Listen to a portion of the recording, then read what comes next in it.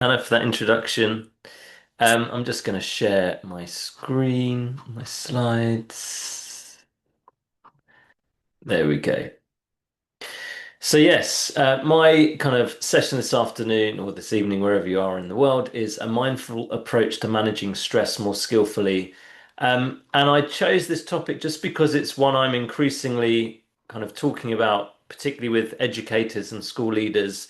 Um, Because when I wrote that paper for the OECD around kind of teacher well-being, and obviously I had to take a kind of a global approach to this rather than just looking at UK statistics, which is kind of what I'm used to. It was quite surprising. I mean, it was surprising on one hand and it wasn't on the other that like stress in the teaching profession is a global problem. It feels like around the world we in the classroom are all trying to do more with less. Particularly post-pandemic, it seems that there are potentially more behavioral issues that we're dealing with, which obviously brings stress and challenge. But of all of the books and research around about the science of stress, um, what I find fascinating is I think a lot of our assumptions about stress and what it does and what it is and how it harms us, etc isn't helpful. And what a lot of the research shows is we need to change our perspective on stress. And that's kind of what I'm going to hopefully share with you today. I've already been introduced, so I don't need to go into any more of that. A former role that I also led, I was the former education policy co-lead at the Mindfulness Initiative in the UK, and I job shared with Professor Catherine Weir, who I learned so much from working alongside her for a couple of years there. But also, probably the reason I'm so interested in mental health and well-being and education and just life in general is, many years ago now, my late 20s, I went through a period of stress, anxiety that led to a period of depression. And as someone that is naturally optimistic, happy-go-lucky, that period in my life really threw me. I didn't know what I was experiencing. I didn't know how to help myself get better or feel better. And so I went on this journey. Once supportive friends and family helped me through the worst of that period. I also had some professional kind of counseling, which really helped. I then started to research causes of stress, anxiety, depression, learn loads about mental health I didn't know before. Also discovered as part of that research there was a science of well-being, which is broadly described as a scientific study of what makes life worth living. Oxford University has a Wellbeing Research Centre and the Oxford Mindfulness Research Centre. Cambridge University has a Wellbeing Institute. London School of Economics. Um, in America, Yale and Harvard, their most popular courses are science of wellbeing courses. So this was a field I just wasn't aware of. And yeah, since delving into it, applying lessons to my own life, trying to share the science of wellbeing with children in a primary school setting, with teachers, and also with children's parents, um, ultimately, so we can lead our lives with greater well-being. So, what I thought we might be useful for you to do first is, before you do this, um, one of the things that got me into mindfulness, first of all, was researching about it. Mindfulness kept popping up as one of the most effective ways for adults to manage stress, feelings of anxiety, depression, etc. And so when I became a teacher in my very first year, I started to notice that period of poor mental health years before. I started to notice some of those symptoms creeping back in. So my sleep wasn't great. I noticed changes in my appetite. I couldn't stomach my lunch at lunchtime. And I used to wake up in the morning and think about the teaching day ahead of me, and I used to dread it because it's like, I haven't slept well. How am I going to get through this day? And so at that point, I knew I had to do something. All of the times that mindfulness had popped up, I thought, right, I'm going to do a mindfulness course. And so I did the BeMindfulOnline.com course. It's a 4 week condensed MBSR course. And at the very start of that course, they asked you to take this stress test, and this is still on their website today. And what was interesting, my score was something like 24 out of 40. So you can see it was kind of in the moderate range, but at the time I felt acutely stressed. And that's partly because to be very stressed is the norm. That is like the average now. Um, but interestingly, I did the 4 week online mindfulness course. I practiced the meditations. I did the mindful movement. I kept my journal, etc. And at the end of the 4 weeks, you did the same stress test, and my score had come down to 8 out of 40. And I just found that so empowering. I was still in the same classroom in year five in a London primary school, the same challenges. I still had university work to do, all of these deadlines. What had changed was my relationship with my stress, how I perceived it, how I related to it. So that really was the start of the journey for me back in 2010. So I'm going to invite you to scan this QR code. There are, I believe, 10 questions. It should only take a couple of minutes. Don't dwell too long on each question. Go with your kind of gut instinct. It will ask questions like, in the last month, how many times did you feel like, you weren't able to stay on top of everything you needed to do? And you just give the most likely answer for you. And once you've done that, don't have to share our scores. It's just for you to reflect on where you are on that scale. So I'm just going to be quiet for a couple of minutes whilst you have a go at that survey.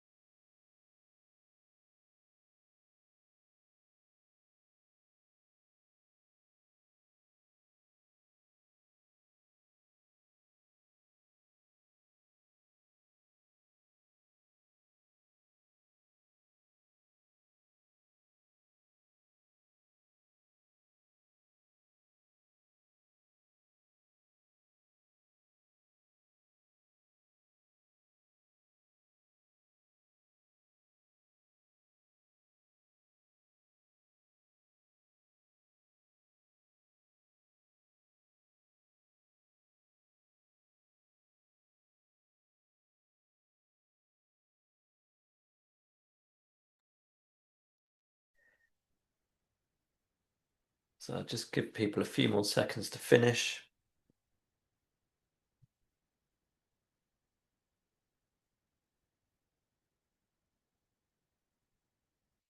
Okay, so what's in even the questions are quite interesting reflections, and I did this same survey with trainee teachers. I lecture at Oxford Brookes University, and I was with them yesterday, and I got them to do this survey, and even their reflections were quite interesting. They were saying things like, actually right now I don't feel particularly stressed, but because it was asking me about the last month, within the last month, and then they were saying it made me think of my Christmas, which was quite stressful, being with my family and the busyness, and so my score was different. And then other people were saying, well, actually, right now I actually feel quite stressed because I've got assignment deadlines coming up. But when I think about the last month, actually, I had a really nice Christmas. I had a nice break. I felt very relaxed.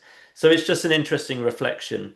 So the key thing, this is what I shared with those trainee teachers and also with you, wherever you are on that dial, the key thing is that this isn't fixed. Whatever our score is, a bit like I experienced with my mindfulness course and my score coming down, this is a snapshot of where you are kind of right now, but this will change. And it will change because of external factors, like my students, they might have a dissertation that's due in a few weeks' time, in which case, that pressure is likely to be higher.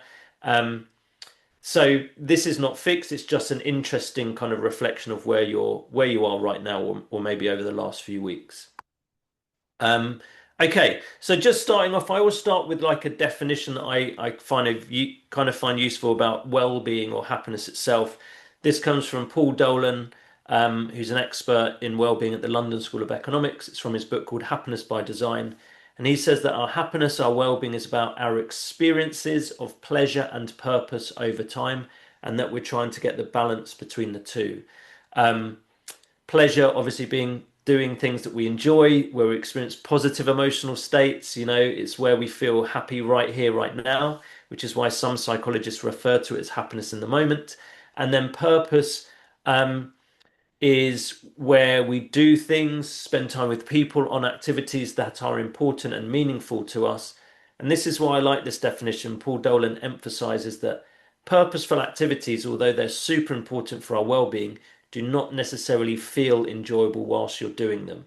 but they still contribute to your happiness and well-being overall. Which is why some psychologists refer to purpose as like future benefit or future happiness. So for example, I'm a dad. I've got two sons, 7 and 10 years old. When they were babies, there were many elements that was like beautiful and gorgeous, and but also, not sleeping that much, babies waking up multiple times throughout the night, very low on pleasure at those times. But in terms of purpose, I've never felt like there was a more important job in my life than being a good dad.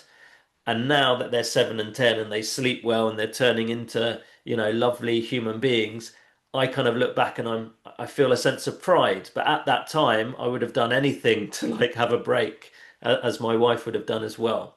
And this is why, we're trying to get this balance right. This is why lots of, given the example of parents, there's so many elements of being a parent that are purposeful but not necessarily enjoyable, which is why, we have family movie days, we go on holidays, we do fun things with our kids because we're trying to balance things out. And just on that note of balance, hopefully it's clear we're not talking necessarily about 50-50. It's just overall there's a sense of balance.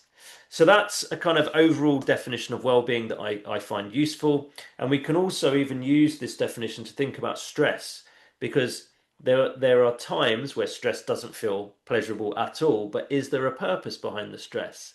My students, that stress they're feeling at the moment, the purpose is this is motivating you to get the books out and get that dissertation done.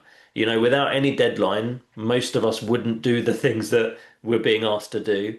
But equally, hopefully by the end of this session, I also want you to kind of think about, is there ways that we can enjoy this stress, this sensation more, kind of actually find, whether we call it the pleasure, but like the excitement of the buzz of a stressful deadline, that motivating, that thrill. It's, I guess the point I'm making is it's malleable. We can play around with this. Okay, so what does stress mean to you? This is where I'd like you to, in the chat box, just write down when you hear the word stress, and don't say anything that you think I want to hear. What words pop into your head when you think of the word stress? So any synonyms, any related words to the word stress?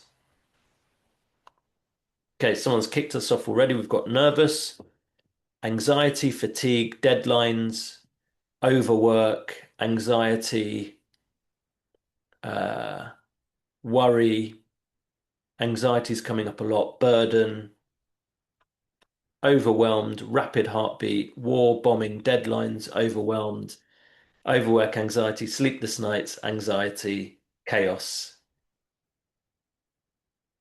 and worry. Feel free to kind of add some more, but you get the idea. It's overwhelmingly negative. Our associations of stress are almost entirely negative. I've done this with lots of people, from school leaders, teachers, trainee teachers, and it's a very, very similar pattern. I just want to read you something from this book. Um, it's called Emotional, you probably can't see it, Emotional Agility by Dr. Susan David, a psychologist. Um, she says, for decades now, we've been taught that stress is psychological enemy number one, a killer of well-being to be avoided at all costs. Certainly, stress does have its downside. Biochemically speaking, chronic stress, which we can be define as being stressed for prolonged periods of time without giving our minds and bodies the chance to rest and recover. Chronic stress can wreak havoc on our systems, fueling inflammation that contributes to heart disease, cancer, and compromised immunity to infections. But essentially, what she's saying is we are told that stress is enemy number one. It's the biggest killer of this. It increases your chance of this. But that's not the whole picture. And we've been fed this for so long. We have an almost entirely negative association with the word stress. And that's what I'm saying we need to change. Or at least we need to be open to change. So let's just have a very brief look at the stress response, sometimes called the threat response, or sometimes called the fight, flight, freeze. Essentially, this is controlled by the sympathetic nervous system. And essentially, this is how it works. This is obviously very simplified, but a threat is perceived in our environment. Um, this is an ancient system, so our ancestors, 2.5 million years ago, our ancient relative ancestors, this would have been a life and death situation, typically a predator of some kind. So the threat is perceived. We might hear a rustling, we might see something in the distance, we might smell something, notice a track, and therefore this system kicks in. And what it does is our brain sends messages for extra energy because essentially what we need is energy for our muscles to fight the danger if it's right in front of us or to flee, to run away from it, in order to survive. So the body produces extra cortisol, which is a stress hormone, but also adrenaline, glucose, noradrenaline, because this is giving us the energy we need. And actually, there's lots of kind of anecdotes of people in kind of literally life and death situations where, for example, someone has been run over and trapped by a car, and people have literally been able to lift the car up to free the person. And afterwards, they can't understand where they got the strength from. They've never been able to do it since. And it's because our bodies create all of this energy that enable us to do things physically that we can't do in a normal state. Then lots of people don't know this cortisol kind of has these side effects. It sends messages to other major functions to stop doing their job. So it kind of puts the brakes on your immune system functioning, puts the brakes on your digestive system, even puts the brakes on your prefrontal cortex, the thinking, planning, decision-making part of the brain, because it diverts blood away from that part of the brain towards the amygdala, the kind of emotional response part of the brain, because it's all about survival. You know, you don't need to digest food in a life and death situation. You don't need to fight off bugs and illnesses. You don't need to analyze the situation. You literally need to fight or you need to run. Then what is meant to happen is when the threat is past, we've either fought it off, defended ourselves, or we've escaped. We actually use up a lot of those biochemicals. Glucose, adrenaline, cortisol is used up through physical activity. And what is left of the cortisol is then reabsorbed safely into the body, and then the body returns to normal. And this is a really well designed system. It's what kept us alive for millions of years. It still keeps us alive today. And the body returning to normal is controlled by the parasympathetic nervous system, which is sometimes called the rest and digest state.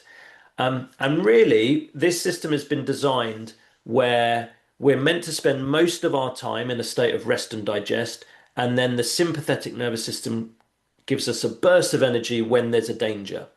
And then we recover and we can rest and digest, and a burst of energy if there's another threat, etc.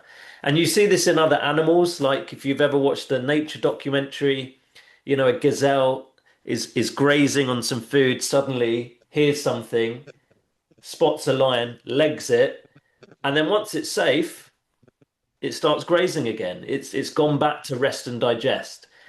The problem human beings have, because we are a unique animal in this sense, is we can get stuck on a stress loop. So rather than getting back to stages 5 and 6 where we return to normal, that threat isn't in modern day life necessarily life and death. It might be a looming deadline. It might be that, you know, our head teacher wants to see us for a meeting. We're being observed, teaching, whatever it is. And we just start ruminating on that and we start maybe catastrophizing. And so we just keep going from stage 1 to stage 4. And all that happens, then we stay in a state of chronic stress.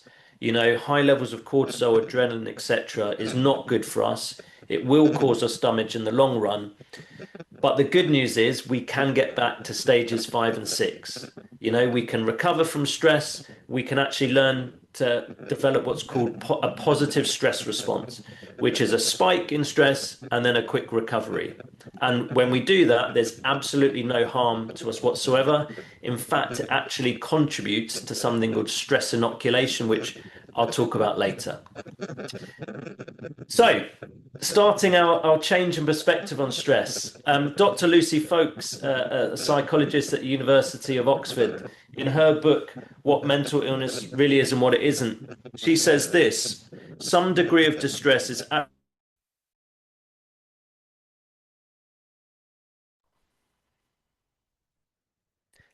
she says, of course, we should take sensible precautions to avoid dangerous or traumatic situations, but we shouldn't design our lives or our children's lives to avoid stress altogether.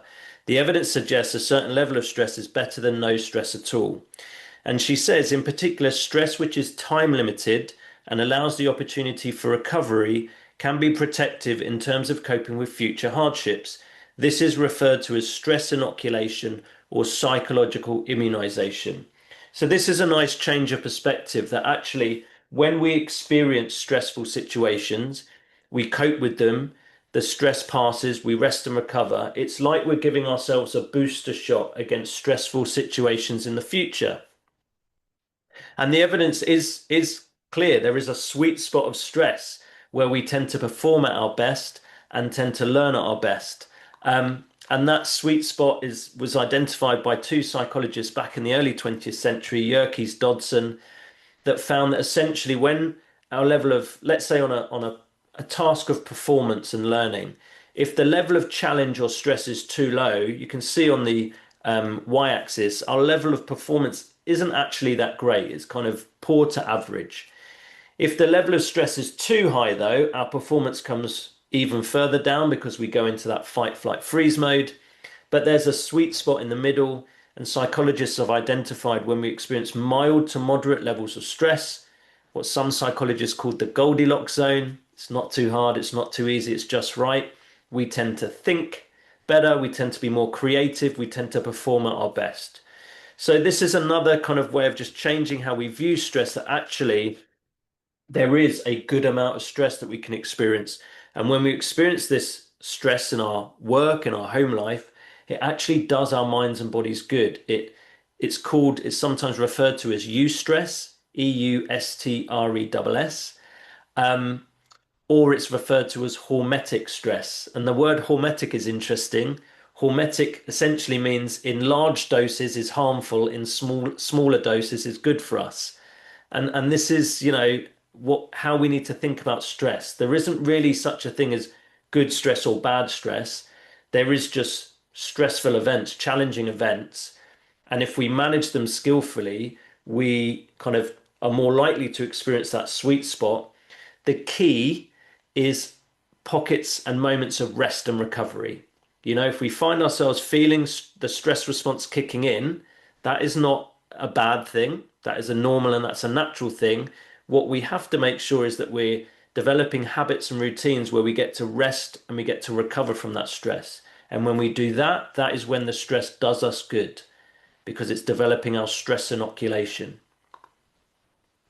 So, how we appraise stress itself, how we appraise situations really matters. And when I was kind of designing this talk, it made me think of a book I read many years ago called The Art of Happiness by the Dalai Lama. And there's a section here, a kind of quote that's always stuck with me, and I'll just read it to you. Uh, His Holiness says, the ability to shift perspective can be one of the most powerful and effective tools we have to help us cope with life's daily problems. One must realize that every phenomena, every event has different aspects. Everything is of a relative nature.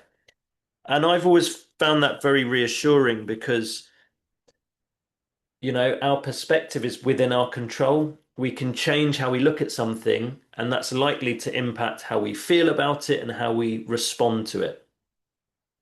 Um, and one of my favorite stress scientists is a lady called Dr. Elisa Epel. And in her book, which I would highly recommend, it's called The Stress Prescription, she says this. She says, when we can shift the way we perceive daily stresses to view them as less threatening, we actually change our stress response. And what she means by this is just think about some of what we might call our daily stresses. So let's say we're driving to work and we get stuck in traffic, and that's frustrating. I personally hate being late. Your mind starts getting carried away, like, how am I going to get everything ready for my class in the morning, etc. So that's a daily stressor. And what she's saying is when we experience that daily stressor, rather than, letting our stress response get carried away, we can remind ourselves in that moment, this is not a life and death situation. This is not a threatening situation. And therefore, what we do is we still experience stress, but we regulate it. Our cortisol, our adrenaline won't spike up here. We'll feel it, but it won't spike. And the same with, let's say we're teaching a lesson. And I had some today. I was teaching today, and there were some children that kind of weren't following instructions. And so there was some, challenging behavior. And in that moment, I could see that as a threat to my authority or my, behavior management, whatever. And I could experience a big stress response. Or in that moment, I could just remind myself, this is not a life and death situation. I've been in this situation many, many times before with a child not listening to me or following my instructions. You know, in that moment, I regulate my stress response because this is a daily stressor. This is, we deal with this all the time as teachers. I don't have to perceive this as a threat, and therefore I regulate my stress response. And I found that really helpful. Like so many times, I notice my mind getting carried away, and then I just catch myself. I notice it, and I'm like, this is not a life and death situation. I can handle this. And then it just calms me down in that moment. And I guess all we're doing there is just nudging ourselves back, maybe closer to that sweet spot. Like I am a more effective teacher when I'm in that sweet spot of stress. I will manage that challenging behavior more skillfully when I'm in the sweet spot of stress rather than when I'm in my fight, flight, right, let my students have it because I'm really angry now. That doesn't help anybody. It doesn't help me and it doesn't help them. Um, so we can change how we appraise situations, daily stresses. We can remind ourselves this is not a life and death situation. Another way that we can approach situations is by changing our mindset. So I'm sure we're all aware of, growth mindset versus fixed mindset. A psychologist called Dr. Wendy Mendez has done research around in her lab around changing how we perceive stressful events. And she says, we can take a kind of threat mindset or a challenge mindset. And when we appraise things as a threat, so let's say I'm told, Adrian, I want to come and observe you teach, the beginning of next week. I can interpret that as a threat. Oh God, I'm teaching that tricky class. What if my head teacher thinks I can't teach, and my mind just gets carried away? I might say to myself, this is going to be difficult. I'm scared about this. The task is then associated with fear, and ultimately, I'm trying to avoid that situation. I might go and speak to my head and say, actually, do you know what? Next week isn't good for me. Can we put it off? And blah, blah, blah. And so I'm avoiding that situation. And so that's taken that kind of threat mindset. When we see things as a challenge, um, what Dr. Mendes says is we change how we talk to ourselves about that situation. So we see this as like this is a challenge, something for me to rise and overcome. So yes, I've got a challenging class right now. Yes, it's going to be tricky being observed teaching them, but I'm 15 years in this job. I want to show my head teacher what I can do and how I respond to this class. And therefore, my response is associated with a sense of strength and resilience. So I'm kind of moving towards the situation rather than trying to avoid it. And therefore, I'm more likely to conquer that challenge. And one of the ways that Wendy Mendez says that it's helpful to adopt this challenge mindset is to see your stress response as an asset. So rather than seeing stress as a threat in itself, and this happens a lot, we stress about stress, right? When we feel stressed, we then start to worry and stress that I'm stressed for the reasons that you've put in the chat. We associate it with anxiety and exhaustion and tiredness and tension headaches and this and that. So we don't have these good positive associations. But actually, if we see our stress response as an asset that's going to help us in this situation and to rise to the challenge, it changes again our stress response. So Wendy Mendez and Dr. Elisa Eppels say we should remind ourselves that our stress response gives us energy. Cortisol, adrenaline, noradrenaline, that gives us energy. Secondly, it gives us a focus. When we are stressed, actually, we really focus on that challenge, the problem in front of us. So it helps us. Secondly, it actually gives us, it's a real motivator. And I'll just read this again from Emotional Agility. Um, as uncomfortable as it feels at times, it's the clench of stress that keeps us moving forward. It's the stress of a deadline, tight but not too tight, that fuels the creativity and motivation needed to finish the project. Like I said, if my students didn't have a deadline for their dissertations, they would not be writing their dissertations right now. We benefit from stress inoculation. Every time we overcome a challenge, we are then better equipped to overcoming similar challenges in the future. It kept our ancestors alive. You know, we are here today because of the stress response. We owe our stress response a great deal.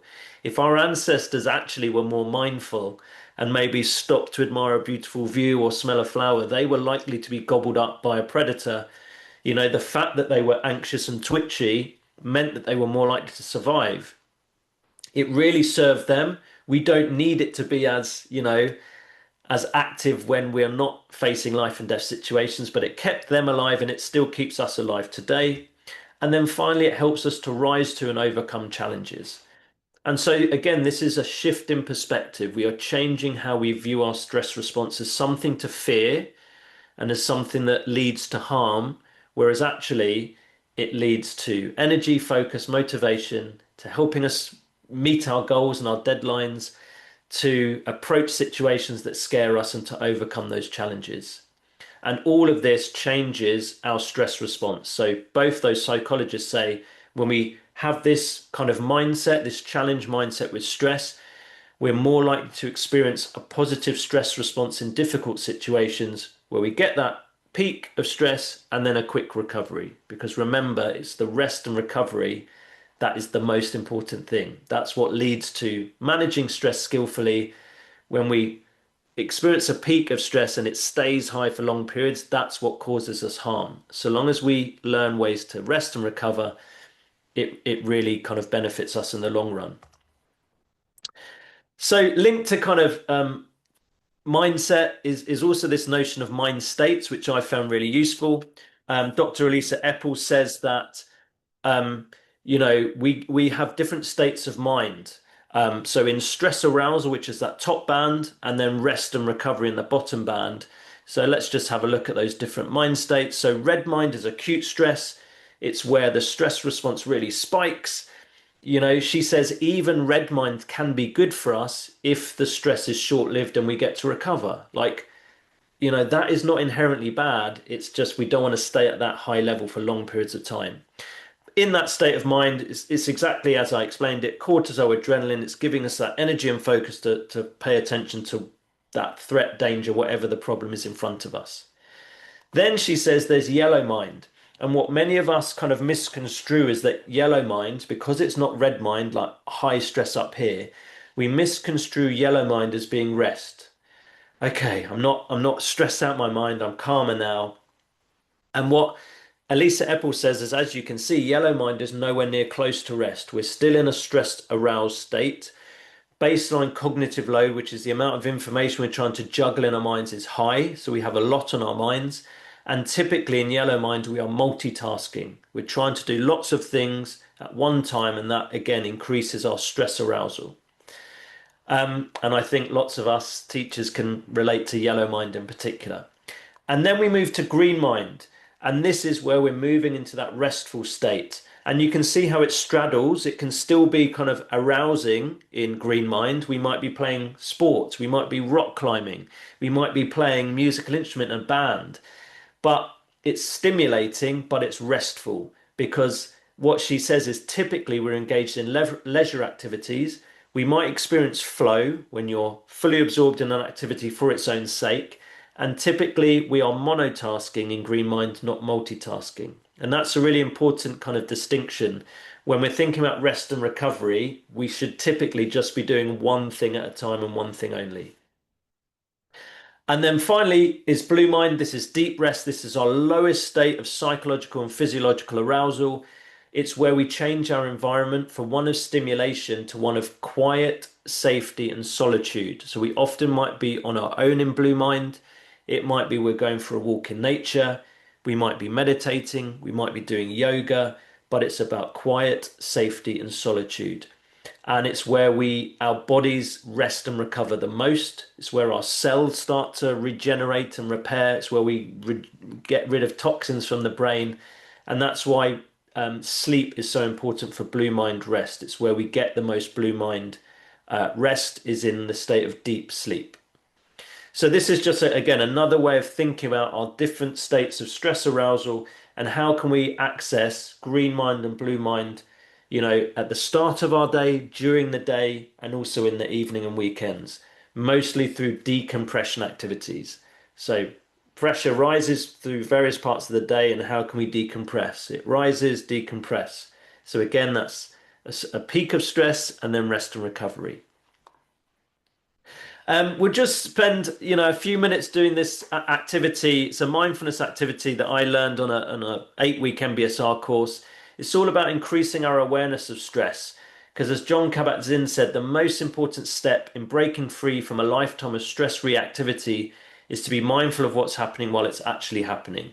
Because Elisa Epel, other stress scientists say, often if we're, particularly teachers, if we're just used to being in yellow mind, we're often not even aware that we are stressed. And so we are potentially in a state of chronic stress without even realizing it because that's our norm.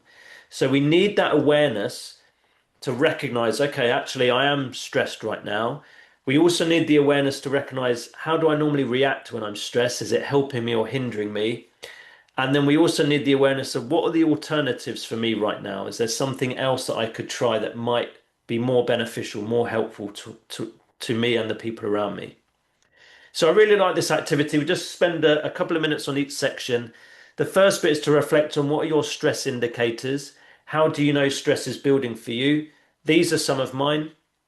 I notice I become more irritable, so I become less patient with my children at home, children in the classroom. I notice changes in my appetite. If I'm red mind stressed, I lose my appetite completely. If I'm yellow mind stressed, my appetite increases, but mostly junk food. I notice sleep issues. I find it fine getting off to sleep, but I might wake up at 4 a.m. and suddenly my mind's churning, which is a sign for me I've got a lot on at that time. And I also notice tension in my neck, so my body starts giving me clues that I'm stressed. So only share what you're comfortable sharing, but in the chat, what are some of your indicators that stress is building up for you?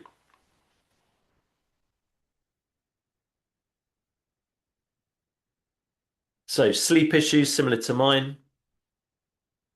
And so, for some, like the trainee teachers the other day said, I find it harder to drop off to sleep because my mind is like buzzing whilst I lay down. Losing appetite, um, all of those above, as well as a lack of focus, difficulties falling asleep and staying asleep, don't feel like stopping. Yeah, we can get on that hamster wheel where we're just doing, doing, doing, because that's yellow mind multitasking. Irritation, sleep issues, interrupted sleep. Feel free to keep them coming because we can come back to these. So from a mindfulness perspective, these are good things to be aware of. These are useful things because it's good information. It's letting us know that pressure, stress is building for us, and maybe we need to take some really kind of positive action. Unfortunately, if you're anything like me, we often engage in unhelpful reactions because we're trying to either avoid how we're feeling or trying to numb ourselves to what we're feeling. So some of my unhelpful actions are, even though I'm not sleeping as well, I might stay up later, eating junk food like crisps and chocolate whilst watching rubbish TV. I might work more, like some of you said in the chat, and start to cancel plans to socialize, to take my boys to the zoo in order to just work more and try and get on top of my work. Or I go the opposite way, I procrastinate and I avoid the thing that's stressing me out. And maybe if I just confronted it and started it, I'd feel a bit better. So back over to you guys. What are some of your unhelpful reactions to stress that you know deep down it doesn't help you manage the stress skillfully?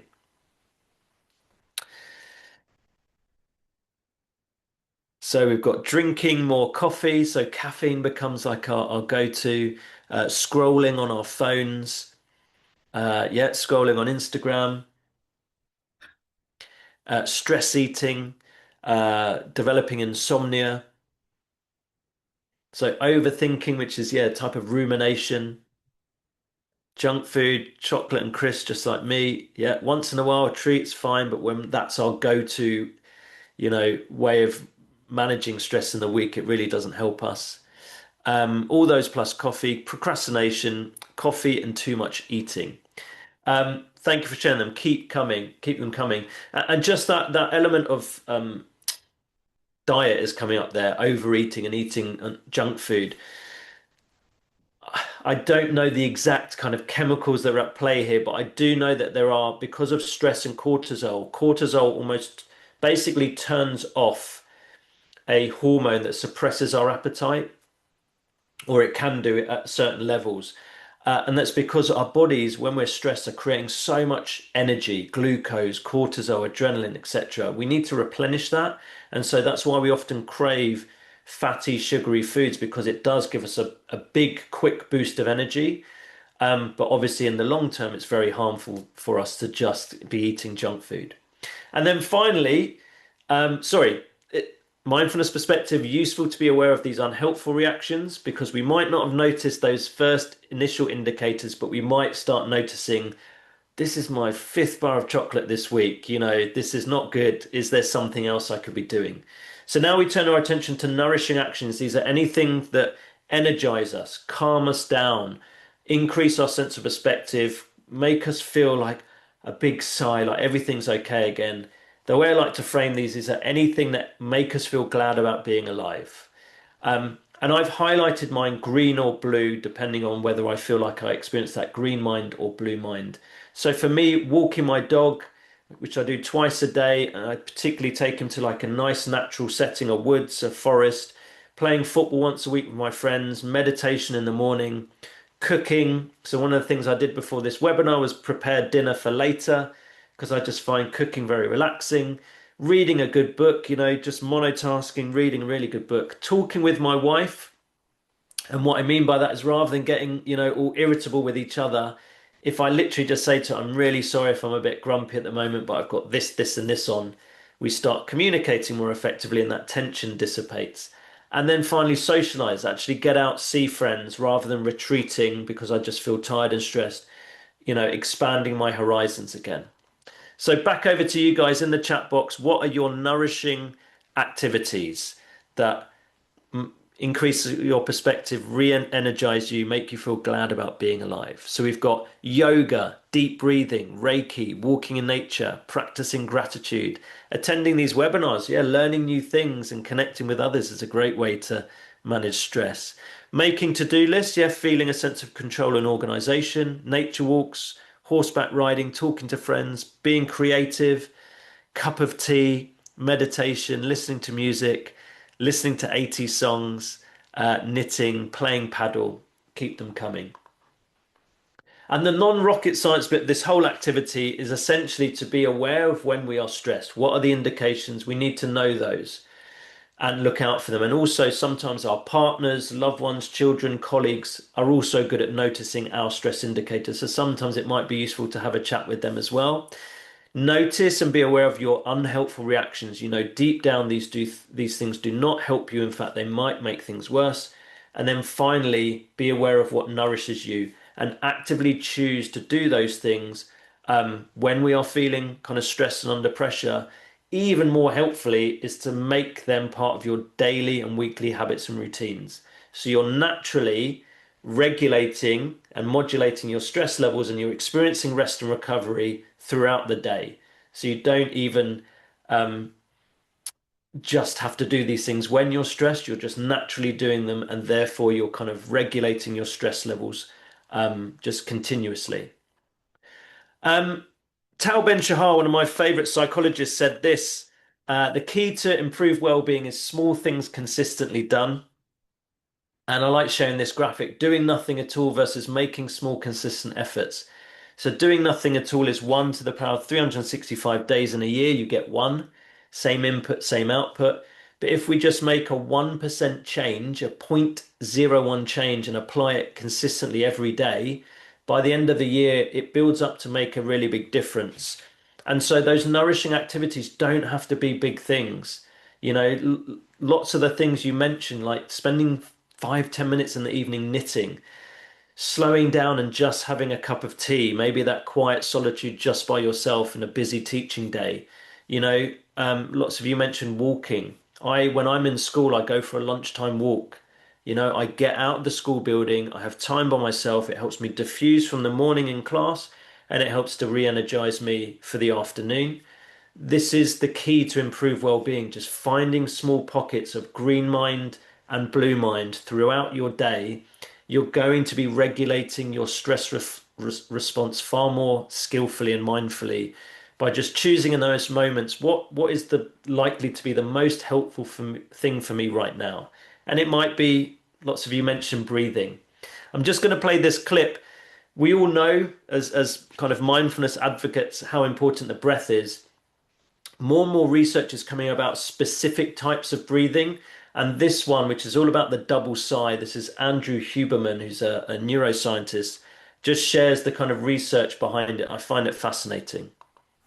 A few years ago, when my laboratory got interested in studying stress in humans, we asked ourselves, what are the patterns of breathing that allow for the most rapid reduction in stress levels? And more importantly, what are the patterns of breathing that can be done in real time so that people can adjust their stress while they're still engaging in life, right? Breathwork classes, running off to Esalen for a weekend is a magical experience, but life demands pressing on you. That's typically when you feel stress. So it is still true that vacation, long meditation retreats, and massages or a nice drink, if you're of drinking age, still work, but they're slow and they take you offline. The physiological sigh is a pattern of breathing that was actually discovered by physiologists in the 30s, and that was essentially rediscovered by Professor Jack Feldman at UCLA, a world expert in the neurobiology of respiration, and by my colleague Mark Krasno at Stanford, who studies lung function. The physiological sigh is a pattern of breathing that we all engage in deep sleep when levels of carbon dioxide in our bloodstream get too high. We, or our dogs, you can see your dog do this, will do a double inhale followed by an extended exhale. Children or adults, for that matter, that are sobbing and lose their breath, so to speak, will also do a double inhale, exhale. That's the spontaneous execution of what we call the physiological sigh.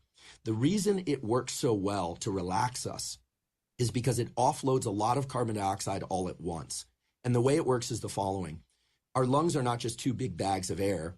We have all these little millions of sacs of air that if we were to lay them out flat, they would be as big as about a tennis court or so. The volume of air, therefore, and the volume of carbon dioxide that we can offload is tremendously high, except that we get stressed as carbon dioxide builds up on our bloodstream, and as kind of a double whammy, these little sacs deflate. Now, when we do a double inhale, so I'll do this now twice through my nose, or you could do this, or you could do it through your mouth, but it works best through the nose. It's inhale, and then you sneak a little bit more air in at the very end. When you do that, you reinflate those little sacs. And when you exhale, then you discard all the carbon dioxide. Pressing on you, that's...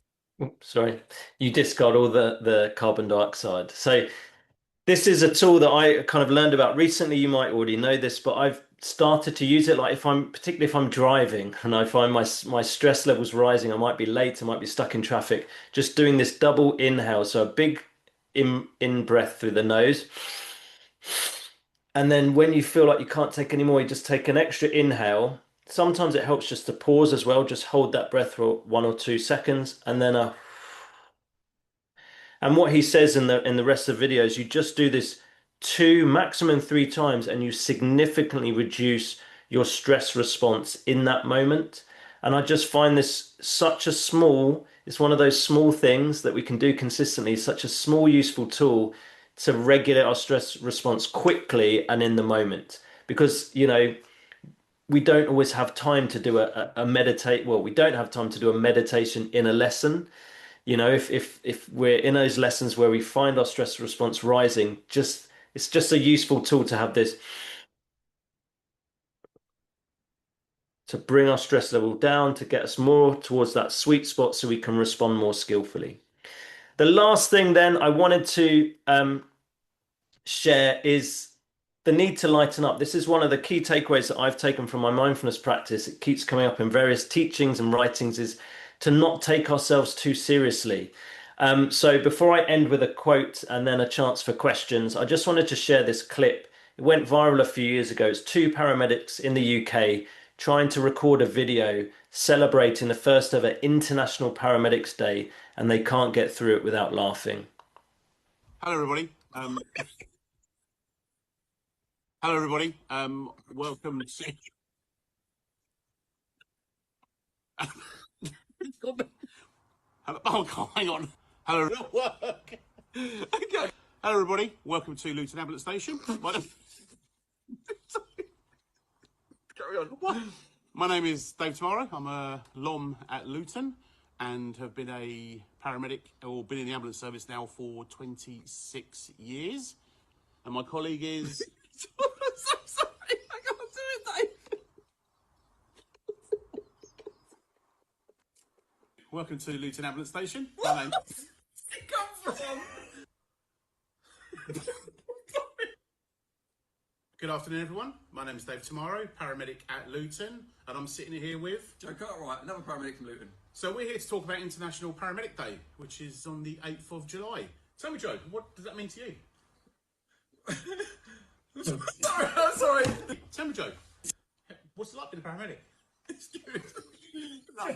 Good afternoon, everyone. My name is Dave Tomorrow. I'm a paramedic at Luton, and I'm sitting alongside my colleague. Joe Cartwright, another paramedic from Luton. And we're here to celebrate and actually recognise the first ever International Paramedics Day, which is on the 8th of July. Joe, tell me, how does it feel to be a paramedic? It feels really good to be a paramedic. I don't know why you keep saying that. I can't stop saying it feels good. I'm so sorry. So I'm just going to end with a quote from Pema Chodron, her book, When Things Fall Apart. She says, "Finally, couldn't we just relax and lighten up? When we wake up in the morning, we can dedicate our day to learning how to do this. We can cultivate a sense of humor and practice giving ourselves a break. Every time we sit down to meditate, we can actually think of it as training to lighten up, to have a sense of humor, to relax. As one student said, lower your standards and relax as it is." And I also find that useful if I find myself getting stressed or wound up about something. Pema Chodron's words of wisdom just resonate. Am I taking myself too seriously right now? Can I cut myself a break? Can I find the humor in this situation? So, just to sum up, well-being can be thought of this balance of pleasure and purpose. None of us are too busy to prioritize our well-being. Some stress is necessary for a healthy and satisfying life. We can view situations as a challenge and your stress response as an asset. Create a daily bank of rest and recovery activities and protect them.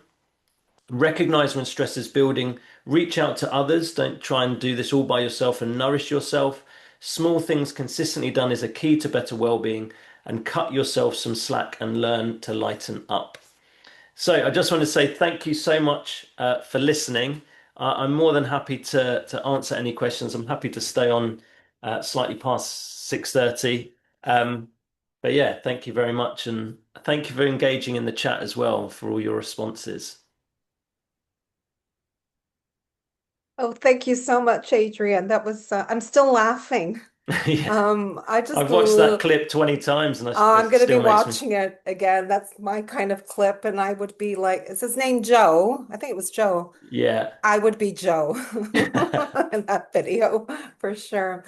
Oh, that was so wonderful. Would anybody like to ask any questions? Just you can drop some questions in the chat box.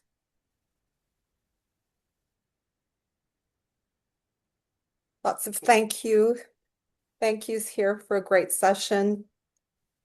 And I would just say, like, if anyone's thinking of questions whilst they are, like, this is still a work in progress for me. Like, I still find myself at times stressing about my stress, if and so this is, we're kind of, I feel like we have to unlearn that old story that stress is bad, it leads to bad things. And so I'm continually re-educating myself about the benefits of stress. One of the things Dr. Elisa Eppel says that I find useful is she says at those times, we feel the stress response rising, literally saying to ourselves in our mind, my stress response is an asset. It's given me the energy and focus I need to rise to the challenge in front of me.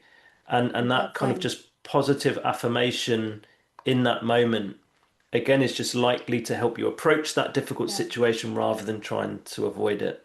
Absolutely. I think it's quite powerful, isn't it? Mm, And as you were saying, I quite like the one, this is not a life or death situation. I can yeah, handle this. yeah, I think that's really powerful as well. yeah. I remember mine is it is what it is. I can't change it. Yeah. It is what it is. And it really changes the way I deal with situations now, having these little phrases that you just say them and it just Yeah. changes everything. Yeah. And that Um, that also acknowledges, and Elisa Epple says this, like having a sense of control is super important for managing stress, but mhm. it's really important to recognize what's out of our control. Absolutely. And where Absolutely. we can let go of that, we actually let go of a lot of the stress associated with that as well. Yeah, absolutely. But having the fact that we have that control, I mean, regulating, that's why Mm. learning how to regulate is so important because that gives us control, doesn't it? Yeah, Um, definitely. yeah, I think just everybody just took it all in. We loved the session. Lots of wonderful feedback here, lots to take with us. Um, and I just want to say thank you so much for this amazing session. And, we're all ready to go, and face stress Yeah, with a smile and yeah, laugh at it as well, because we exactly. can't take ourselves seriously, that seriously. Thank you so much. Chantal, I don't know if you want to say anything. Just thanks so much, Adrian. It was wonderful. So interesting. I think very practical as well. And I think sometimes it's good to actually take time and think about things and hear Mhm. messages. And I just really loved when you said small things consistently done, because I Mm. think it's something we know, but we forget. Just those little actions, the difference that it can make. And it's really, really helpful. Thank Excellent. Thank Wonderful. you. Yeah, and just thank you for inviting me to speak and for giving up your time to attend this webinar. Yeah, and I hope you have a lovely evening and I hope the storm passes quickly. you. We can deal with it. Yeah, It is what it is. Thank you so much, Adrian. cool. Thanks, Okay, everyone. bye-bye, Thanks again. everyone. Thanks, Thank Bye. everyone. you. Thanks for being with us. Bye. Bye bye.